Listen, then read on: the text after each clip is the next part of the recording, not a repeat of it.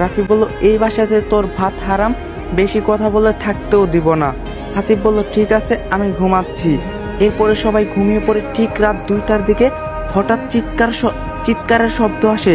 বাঁচাও বাঁচাও, আমাকে শেষ করে ফেললো, প্লিজ আসো আমাকে বাঁচাইতে। এমন চিৎকারের শব্দ শুনে সবাই বাহিরে এসে দেখে যে হাসিব। কাজের মেয়ের ছায়ার ব্লাউজের হুকটা খোলা দেখে রাফির পায়ের রক্ত মাথায় উঠে যায়। রাফি বলল, কি হয়েছে ছায়া, তুমি কান্নাকাটি করতেছো, ব্যাপারটা কি? ছায়া বলল, সাহেব আমাকে বাঁচান, আপনার ভাই আমার সাথে শারীরিক সম্পর্ক করতে চেয়েছে, কিন্তু আমি রাজি না থাকায় আমার সাথে জোরাজুরি করতেছে। হাসিব বলল, এই মেয়ে মিথ্যা বলবা না, তুমি নিজে আমার রুমে এসে কান্নাকাটি করতেছো আর আমাকে ফাঁসাইতেছো।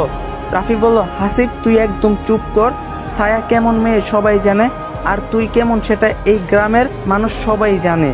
ঠিক এই সময় ওদের মা এসে উপস্থিত হয়। রাফির মা বলল, কি হয়েছে এখানে? আর ছায়া তুই কান্নাকাটি করতেছিস